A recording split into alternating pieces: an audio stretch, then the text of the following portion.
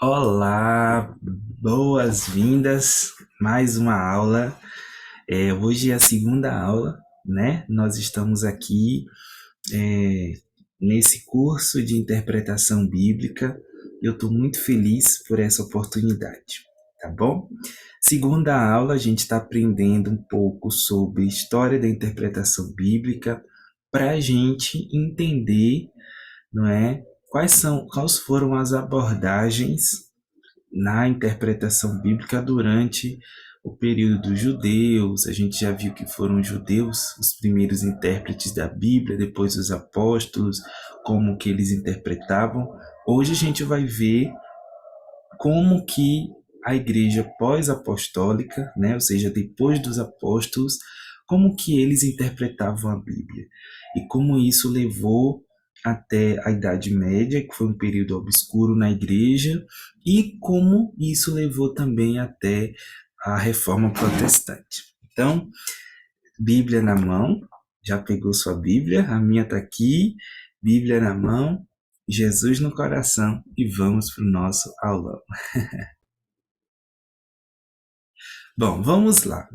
Depois que os apóstolos morreram, né, a morte do último apóstolo aconteceu no ano de 90, 100, por aí, depois de Cristo, foi o apóstolo João.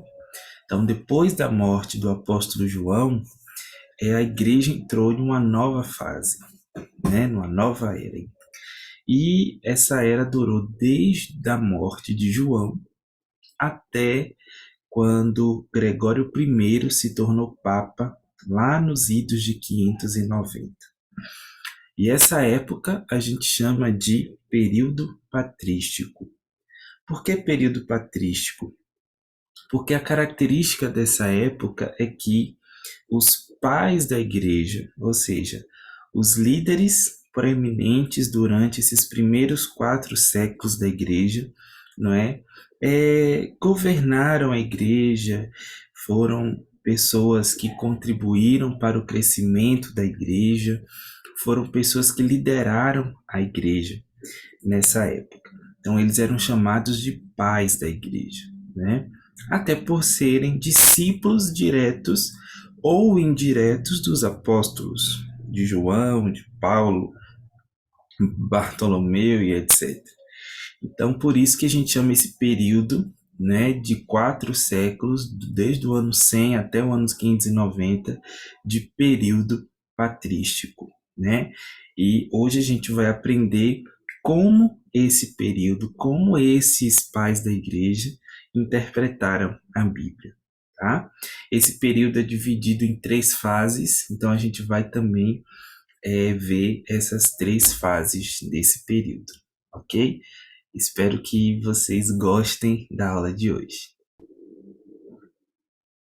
Então, durante a maior parte do período patrístico, os escritos dos apóstolos, eles circulavam pelas igrejas de maneira muito solta. Então, não tinha ainda uma coleção completa, junta, né, do Novo Testamento, dos escritos dos apóstolos. O que acontecia é que uma igreja tinha uma carta ali, outra igreja uma carta acolá, um evangelho por lá, um evangelho por cá, né? Então, as cartas dos apóstolos, os evangelhos, os escritos dos apóstolos circulavam entre as igrejas de maneira solta. Então, eles não tinham ainda uma coleção do Novo Testamento como era uma coleção do Antigo Testamento. Então, dessa forma, enquanto a igreja considerava muitos livros e muitas cartas, não é, como é, o autoridade, né? Mas ainda elas consideravam o Antigo Testamento como a principal coleção das Escrituras. Então, o Antigo Testamento ainda era a principal coleção de autoridade. Eles usavam muito o Antigo Testamento. Só que a gente vai aprender que, com o tempo, foi surgindo outra fonte de autoridade, não é? Além do texto do Antigo Testamento, da Bíblia, a Bíblia hebraica, além dos escritos dos apóstolos, foi surgindo também outra autoridade, né? Que é a tradição da igreja. Então a gente vai ver que a tradição da igreja nesse tempo exerceu influência significativa na definição da doutrina da igreja. E isso reverberou aí por anos, mais de séculos, mais de anos aí, não é? Até a Reforma Protestante. Então a gente vai ver que no começo foi bom, né? Essa autoridade reconhecida da tradição, mas depois foi um bem ruinzinho, né? Então a gente vai ver esse período, três períodos, então a gente vai ver esses três períodozinhos aí, ok? Vamos lá. Primeiro período foi os primeiros 50 anos, depois da morte do apóstolo João. A era dos pais apostólicos vai demarcar esse primeiro período, né? Por que pais apostólicos? Porque eles eram os discípulos diretos dos apóstolos, não é? Eles andaram com os apóstolos, eles conheceram os apóstolos. Então, como é que nesse período eles interpretavam as escrituras? Bom, nesse período, estes pais apostólicos, né, esses líderes aí, eles escreveram alguns livros, eles escreveram alguns escritos que esses escritos mostram para a gente como que eles interpretavam a Bíblia nesse período, né? Vários escritos da época, como por exemplo, pais como Clemente de Roma, Inácio, Policarpo, né? Barnabé, escreveram várias epístolas, várias cartas, vários livros. O Didaquê, por exemplo, é um escrito dessa época, o Pastor de Hermas, a Epístola de Diogeneto, outros fragmentos. Então, esses escritos mostra para gente, né, como que eles interpretavam a Bíblia nessa época, porque esses são escritos assim mais como se fossem pregações, sermões, comentários bíblicos. Então mostra para gente como que eles interpretavam a Bíblia. É interessante dizer também que para quem eles escreveram esses livros? Eles escreveram esses livros para dois grupos de pessoas, tanto os cristãos nas igrejas, como os judeus que se opunham a eles. Então, para os cristãos, eles escreviam para instruir os crentes a como viver a vida cristã. E para os judeus, eles escreviam para defender a sua fé, né, contra os argumentos judaicos da época. Então, são esses escritos que vão mostrar para a gente como é que eles entendiam a Bíblia. Vários métodos de interpretação são evidentes nesses escritos. Então, eles usavam mais ou menos três princípios. O primeiro princípio é o princípio da tipologia. A gente viu que era um princípio muito recorrente dos apóstolos, né? Os apóstolos também usavam esse princípio. E o princípio da tipologia era sempre para relacionar o Antigo Testamento a acontecimentos do Novo Testamento, especialmente no que diz respeito aos ensinos de Jesus. Então, eles pegavam acontecimentos do Antigo Testamento, fatos do Antigo Testamento, para representarem, né, e relacionarem os ensinos do Senhor Jesus, tanto para ensinar os crentes como para defender contra os argumentos dos judeus da época, né? Então, por exemplo, a Epístola de Barnabé, ela traz um exemplo disso. Ela pega duas passagens do Antigo Testamento como tipos de Cristo, tipos de Jesus. Então, ela pega aquela passagem que Moisés está com as mãos levantadas, enquanto o povo de Israel está lutando ali contra os amalequitas, e ela diz, olha, assim como Jesus levantou as mãos, assim como Moisés, desculpa, levantou a mão, Jesus também foi levantado para dar vitória ao seu povo, né? Ela também pega ali a passagem onde Moisés levantou a serpente de bronze no deserto e diz, olha, sem Cristo não há esperança de salvação, né?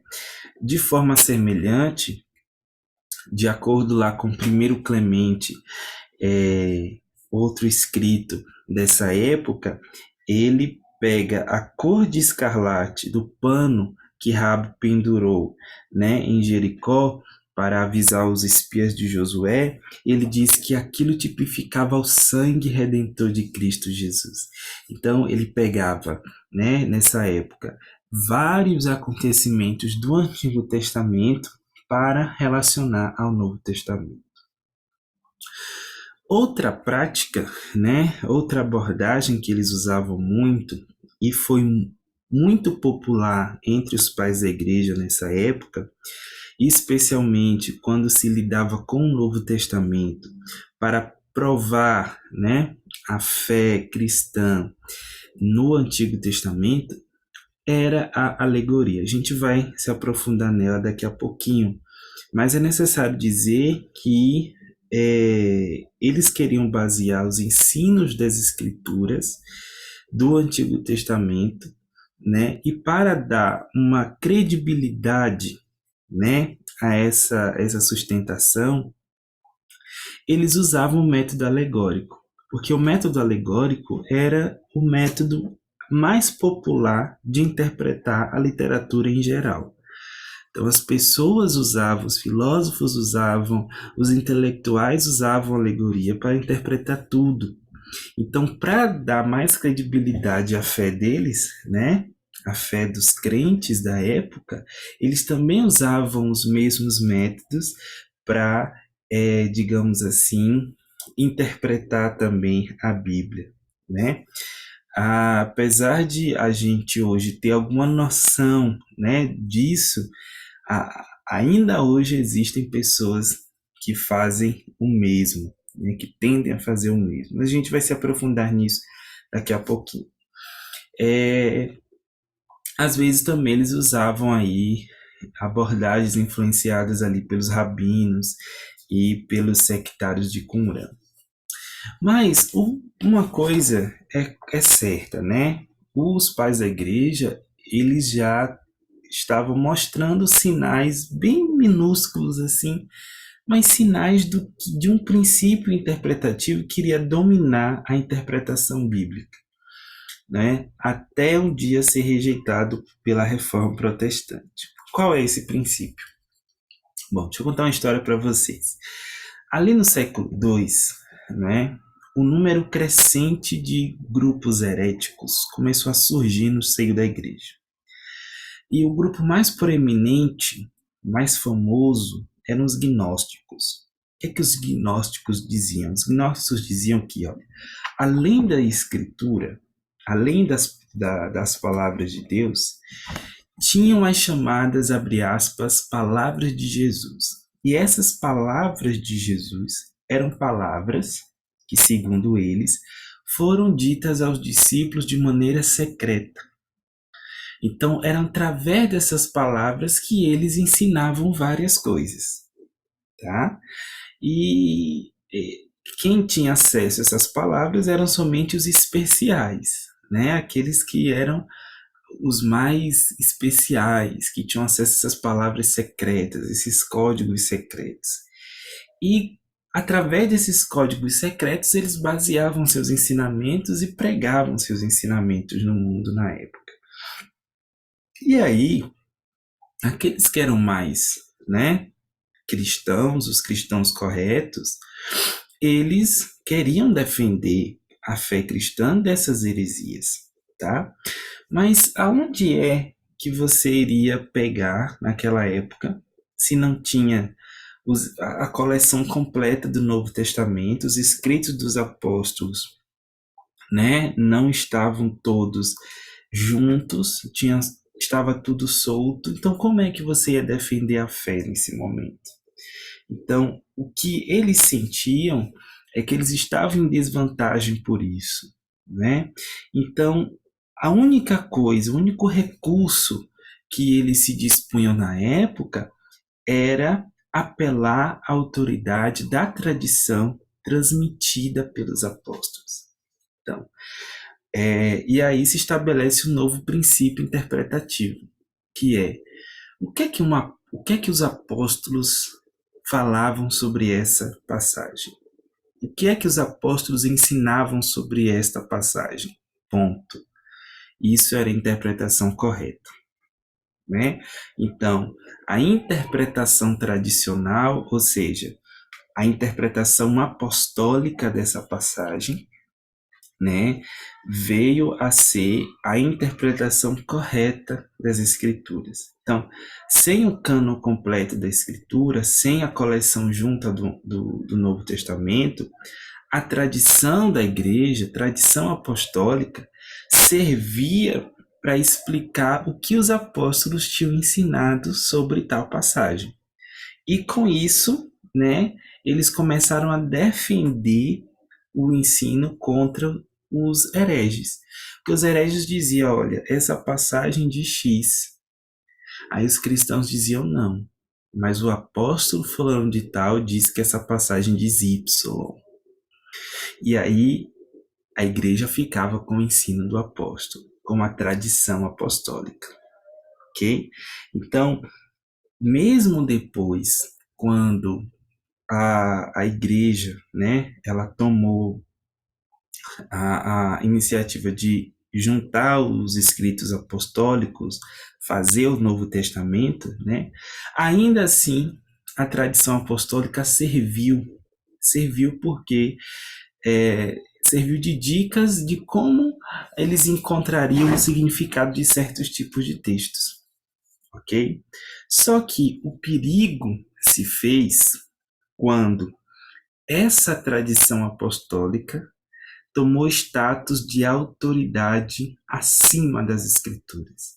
Então, quando a tradição da igreja ficou acima da autoridade da autoridade das escrituras, aí o perigo veio, né? E aí, por exemplo, várias coisas começaram a acontecer, coisas, né, horríveis, inclusive coisas do tipo apoiar o pagamento de indulgências medievais, que é o que contribuiu para o surgimento da Reforma Protestante, né? Mas até esse ponto aqui que a gente está, a tradição apostólica era somente para defender contra as heresias, ok? Muito bem. Passado esse tempo, esses primeiros 50 anos, não é? A igreja já entra numa nova fase. Os cristãos começaram a crescer, a se expandir no mundo, embora ainda eles estavam sendo perseguidos por Roma, mas a igreja estava crescendo, né? Muito. Os cristãos estavam crescendo muito. E lá em Alexandria, aquela comunidade de Alexandria que a gente já falou, né, na aula passada, tinha vários intelectuais, era conhecida por ter vários filósofos e tudo mais, né? E dentro daquela comunidade, os cristãos sentiram a necessidade de também tomar para si a tarefa de interpretar a Bíblia para suprir as necessidades da comunidade cristã, para responder aos cristãos, né, certas perguntas, e principalmente em relação a Cristo. Quem é Cristo? A obra de Cristo, não é? Coisas em relação à pessoa de Cristo. Então, o que acontece? Os mestres ali de Alexandria criaram uma escola cristã em Alexandria para ensinar interpretação da Bíblia, para ensinar a Bíblia, né? E o método que eles usaram era o método que estava em voga na época, o método mais popular. Isso para ganhar credibilidade, né? Eles queriam, na verdade, ganhar credibilidade para suas interpretações entre os seus colegas não cristãos. E aí eles começaram a usar os mesmos métodos que estavam em voga, que é o método da alegoria, né? E esse método da alegoria, esse uso da alegoria, chegou a dominar a interpretação da Bíblia cristã até o século IV. Então, veja, 4 séculos, né, eles alegorizando. Esse método é o mesmo aquele influenciado por Filo, que via duplo, triplo sentido nas escrituras, né? Que é você enxergar que a Bíblia tem um sentido literal, mas por trás desse sentido tem outro sentido oculto, não é? Oculto nas palavras, oculto no significado dos nomes, e esse sentido é mais importante do que o sentido real, né? Dois principais porta-vozes desse método se destacaram nessa época, e a gente vai conhecer eles aí. O primeiro foi Clemente de Alexandria e o segundo foi Orígenes. Clemente de Alexandria, ele que ensinou desde o ano 190 até 203 depois de Cristo, ele ensinava que a escritura tinha um duplo sentido, ou seja, tinha um sentido literal e tinha um sentido espiritual, oculto, por trás do sentido literal, né? E que o sentido oculto espiritual era o mais importante. Então ele dizia, olha, quando você lê a Bíblia, você não deve ler aquilo que está escrito. Tem uma coisa por trás daquilo que está escrito. Tem uma coisa por trás do sentido literal. Então ele alegorizava tudo. Ele dava sentido a detalhes pequenos, não é? Um exemplo. Na interpretação que ele faz do filho pródigo, da parábola do filho pródigo, ele dá sentido cristão a vários detalhes da parábola. Por exemplo, o manto que o pai deu para o filho pródigo, ele diz que significa a imortalidade, né? O sapato do filho, ele diz que significa a caminhada cristã para o céu.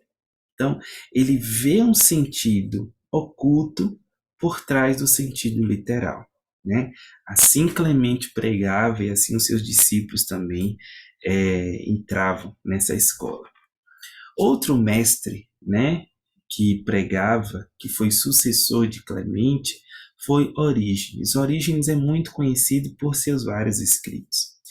E Orígenes foi um pai da igreja que propunha que, da mesma forma como os seres humanos têm corpo, alma e espírito, a escritura tem um triplo sentido.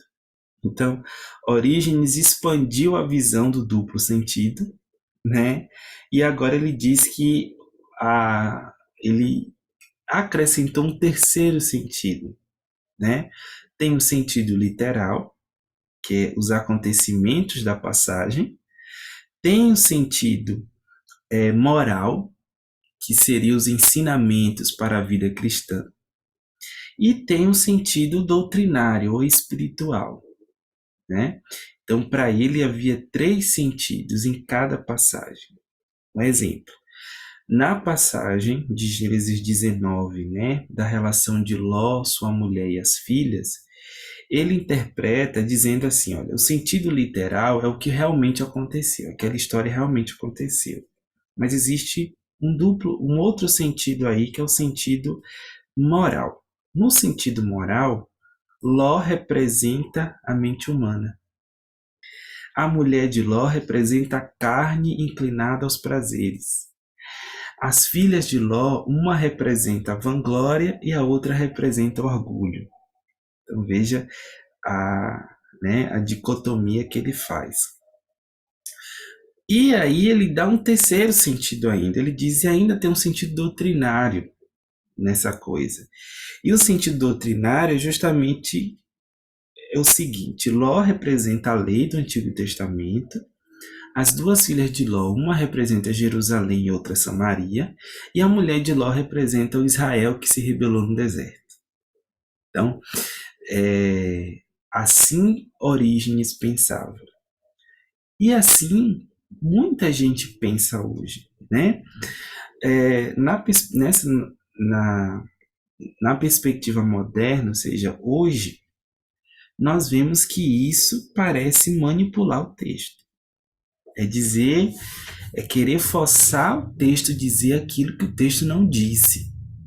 E isso é alegorizar. Alegorizar é você colocar as suas ideias no texto, ao invés de tirar as suas ideias do texto.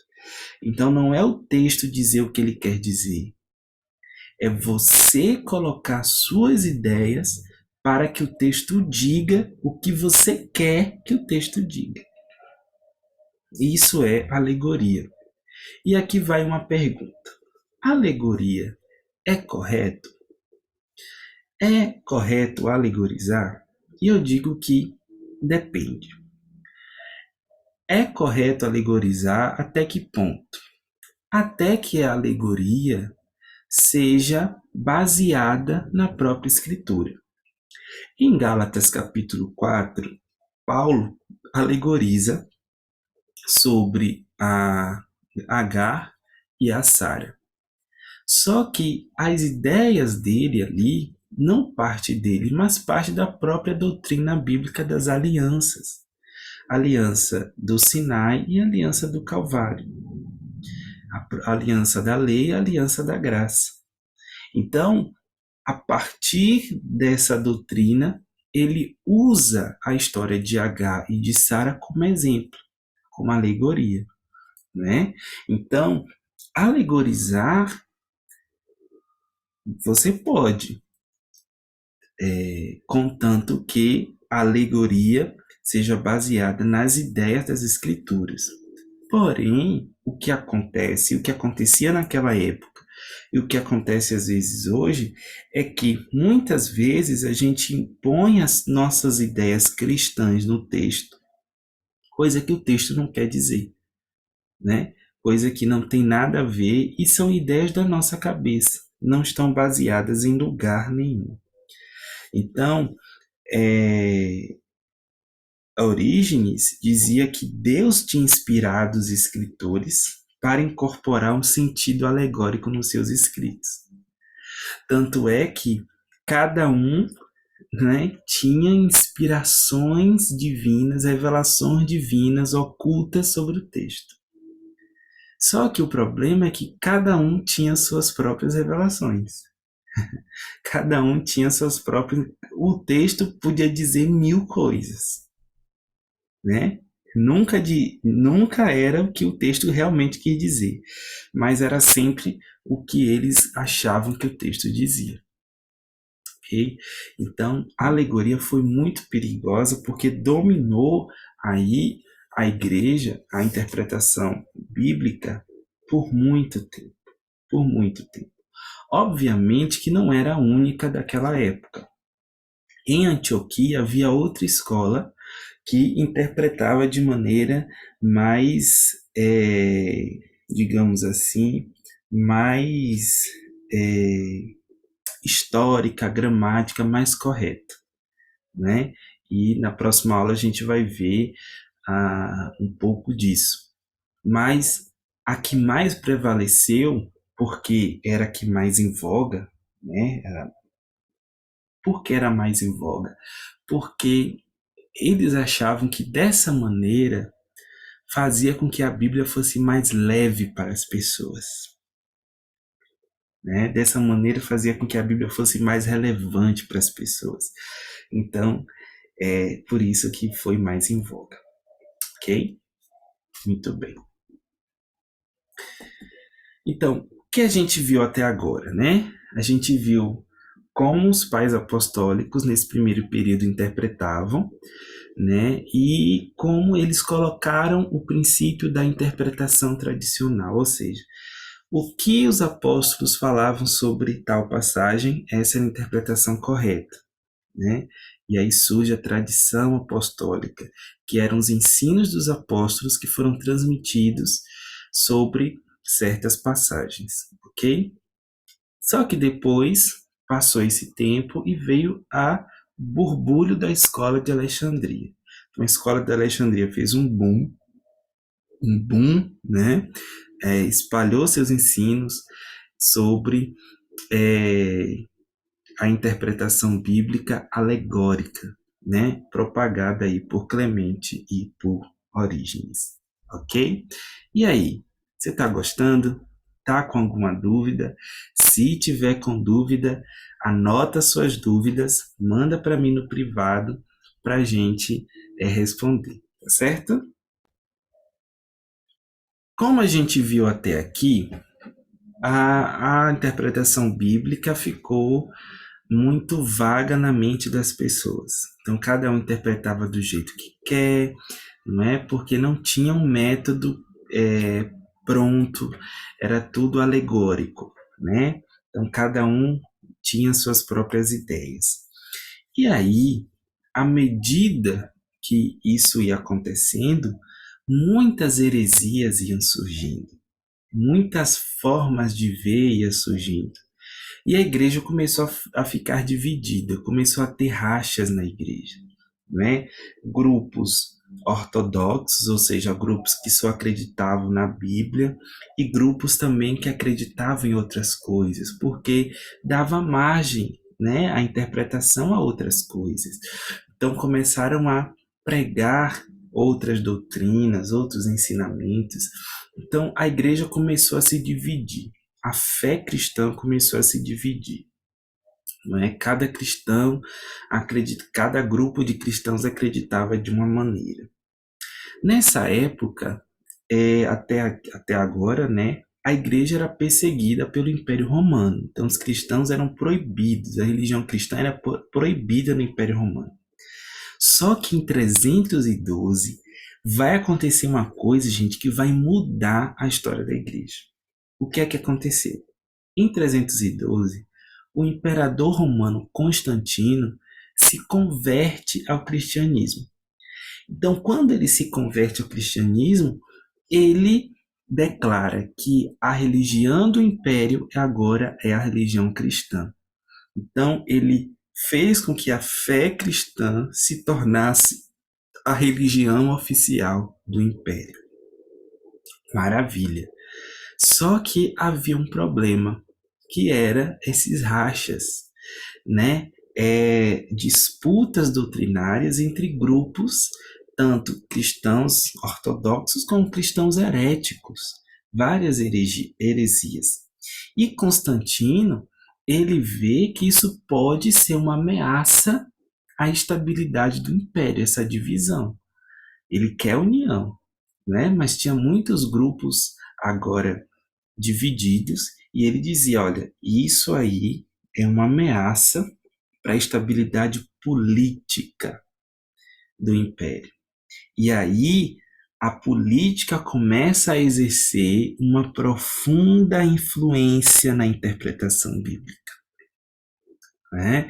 A partir daí a política começa a influenciar a interpretação bíblica. Por quê? Porque Constantino ele vê que essas disputas pode ser uma ameaça para o império. Então ele começa a pressionar a igreja: olha, vocês precisam resolver esses problemas. Vocês precisam, colocar um ponto final nisso, e vocês precisam padronizar as doutrinas cristãs. Vocês precisam colocar, né, o que realmente a igreja crê. A igreja crê em quê? Não é em tudo, não é em qualquer coisa, mas a igreja crê no quê, né? Então vocês precisam trazer uma unidade doutrinária para a fé. Qual é a fé da igreja? Quais são os credos da igreja? A igreja crê no quê? Então, ele começou a pressionar os cristãos a fazerem isso. Então, o que acontece? A partir daí, a igreja precisou de uma autoridade, gente, para definir tudo isso. Quem é que vai definir o que a gente crê? Quem é que vai dizer qual é realmente a nossa fé? Quem é que vai padronizar a nossa fé? Quem é que vai diferenciar aquilo que é cristão e aquilo que é herético? Aquilo que é certo e aquilo que é errado, né? Ou quem é que vai definir a doutrina? E aí a igreja percebeu que ela precisava de uma autoridade para definir tudo isso. E aí, quem é a autoridade da igreja? Os sucessores dos apóstolos. Quem são os sucessores dos apóstolos? Os discípulos dos apóstolos, os pais apostólicos, né? Como eles tinham recebido o ensino direto dos apóstolos, eles agora iriam substituir os apóstolos, não é? e governar a igreja. Eles começaram, então, a pensar nessa sucessão apostólica na liderança da igreja.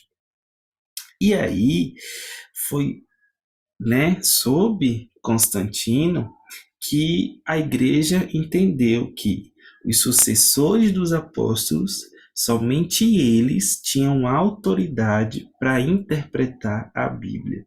Então, somente os sucessores dos apóstolos eram os intérpretes verdadeiros das Escrituras, já que eles tinham recebido diretamente os ensinos, dos apóstolos. Então, eles, para padronizar a fé, para trazer uma unidade à igreja, para definir quais eram as doutrinas corretas, quais eram as doutrinas certas, eles entenderam, olha, quem pode interpretar a Bíblia são os apóstolos, os sucessores dos apóstolos, ok? E aí, para aplicar esses princípios, esses sucessores dos apóstolos convocaram uma série de concílios eclesiásticos para definir qual é a doutrina oficial da igreja. Então, começa o período dos concílios da igreja. Então, o que são os concílios da igreja? O que foram os concílios da igreja? Foram reuniões onde esses homens, pais da igreja, bispos da igreja, que se colocaram como sucessores dos apóstolos e autoridades, autoridades no sentido de intérpretes verdadeiros, das escrituras, eles se reuniam para definir quais eram as doutrinas oficiais da igreja. Então, as decisões deles definiram as crenças cristãs e as crenças cristãs corretas, obviamente, e defenderam os pontos de vista deles contra os argumentos dos hereges. Porque já que todos os lados citavam as escrituras como apoio, o que é que eles faziam? Os pronunciamentos dos concílios, nas reuniões dos concílios, eles se valiam das escrituras e da tradição apostólica. Ele dizia, olha, o que é escritura e o que é tradição e o que os apóstolos disseram, essa é a interpretação correta das escrituras. E aí foi nos concílios que eles distinguiram, diferenciaram o que é doutrina cristã e o que é doutrina dos hereges. Porque a doutrina cristã ela vem dos apóstolos e das escrituras. E aquilo que é do herege a gente descarta. Então, vários concílios para definir várias doutrinas, de maneira que colocasse, então, um ponto final nesses rachas, e trouxessem uma unidade doutrinária para a igreja. Então, isso que foi o concílio, a época dos concílios da igreja, tá? E aí, lá no grupo, tem um vídeo para vocês assistirem, para entender um pouco mais sobre como eram esses concílios, da igreja, a importância que eles tiveram para a igreja. Para vocês terem uma ideia, foi nesses concílios que eles reuniram, então, todas as coleções dos escritos dos apóstolos, e aí formaram o Novo Testamento. Também reuniram livros apócrifos, que não eram autorizados, não eram inspirados por Deus, mas eles reuniram também, disseram, isso aqui não é de Deus, isso aqui é de Deus, Por quê? Porque os próprios livros, se faziam autoridade. Por exemplo, eles definiram, e a gente vai ver isso na aula posterior, mas só para dar um spoiler aqui, eles diziam, olha, para ser de Deus é necessário ter autoridade apostólica. E aí a maioria do Novo Testamento foi autoridade apostólica, Muito bem. Então, esse período foi um período muito importante para a igreja, muito importante, E nesse período, um grande líder chamado Agostinho de Hipona, ele que foi um líder eclesiástico assim maravilhoso, ele levantou um primeiro princípio hermenêutico que fica para a vida toda, né? Como eu sempre digo, fica para a vida toda. Nessa época, Agostinho de Hipona ele pensou assim, olha, a maneira de interpretar a Bíblia não é só se concentrar no sentido oculto, mas o sentido literal, o sentido histórico, o fato que aconteceu. Ali também é a palavra de Deus. Ali também tem uma lição para nos ensinar. Ali tem alguma coisa para dizer. Então, foi Agostinho de Hipona que disse isso. Mas quando é que a gente pode, então, alegorizar? Quando a Bíblia traz palavras que trazem um sentido assim não literal, como por exemplo, quando a Bíblia diz assim, imagem de Deus. Bom, imagem de Deus não é literal, né? Então aí a gente pode alegorizar, a gente pode é, talvez dizer que pode indicar alguma coisa que não seja ali o corpo físico de Deus e tal. Então, esse pode sim um sentido alegórico. Mas a gente não pode focar só no sentido alegórico. A gente tem que focar também no sentido histórico, porque a história também é a palavra de Deus. Deus se revelou na história, né? Outro princípio que ele levantou interessante é o princípio de consultar passagens mais claras para explicar passagens mais difíceis. Então ele dizia: primeiro consulta-se que outras passagens mais claras das Escrituras dizem sobre esse assunto, e depois, né, o que é que os apóstolos diziam sobre esse assunto? O que é que a tradição apostólica diz sobre esse assunto? Né? É a chamada regra de fé. Então, o que é que o apóstolo, qual é a interpretação apostólica sobre determinada passagem da Escritura? Isso aí foi um princípio que Agostinho de Hipona levantou. Né? Agostinho de Hipona foi um líder proeminente. Okay? Proeminente. Muito bem. Nessa época, a gente aconteceram várias coisas desse tipo, né? E aí, deu início à Idade Média. A Idade Média foi um período turbulento, muito turbulento, por sinal. Foi um período em que um declínio muito grande, né, da igreja aconteceu. Uma fase moral muito pecaminosa, houve um declínio da fé e várias influências, né, estranhas entraram na igreja, né? Várias influências estranhas entraram na igreja. E aquilo que era tradição apostólica para muitos, né? Porque veja, nessa época, lembre-se que somente os sucessores apostólicos tinham autorização de interpretar a Bíblia. Bom, até então, beleza. Só que o problema foi que esses sucessores apostólicos subiram poder para a cabeça. E aí eles diziam: a gente não é só os apóstolos que são autoridade, inspirados por Deus, a gente também somos inspirados por Deus. E a tradição apostólica agora se tornou tradição eclesiástica. Ou seja, a gente tem a palavra final sobre a palavra de Deus. Então eles colocaram a autoridade eclesiástica em cima da palavra de Deus. Então a autoridade da igreja agora, né, era máxima sobre a palavra de Deus, né?